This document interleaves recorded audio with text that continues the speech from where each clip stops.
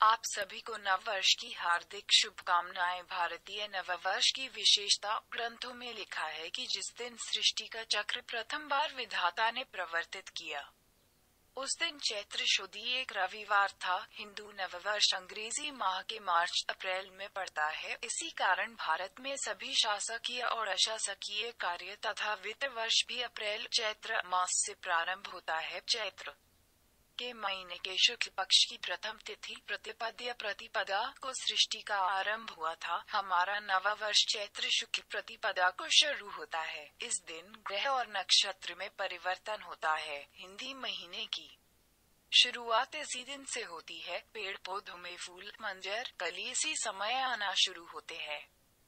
वातावरण में एक नया उल्लास होता है जो मन को आह्लादित कर देता है। जीवों में धर्म के प्रति आस्था बढ़ जाती है। इसी दिन ब्रह्मा जी ने सृष्टि का निर्माण किया था। भगवान विष्णु जी का प्रथम अवतार भी इसी दिन हुआ था। नवरात्र की शुरुआत इसी दिन से होती है, जिसमें हम लोग उपवास एवं पवित्र रहकर नव वर्ष की शुरुआत करते हैं। परम पुरुष अपनी प्रकृति से मिलने जब आता है तो सदा चैत्र में ही आता है। इसीलिए सारी सृष्टि सबसे ज्यादा चैत्र में ही महक रही होती है। वैष्णव दर्शन में चैत्र मास भगवान नारायण का ही रूप है। चैत्र का आध्यात्मिक स्वरूप इतना उन्नत है कि इसने वैकुंठ में बसने वाले ईश्वर को भी धरती पर उतार दिया। न शीत न ग्रीष्म, पूरा पावन काल से समय में सूर्य की चमकती किरणों की साक्षी में चरित्र और धर्म धरती पर स्वयं श्री राम रूप धारण कर उतर आए।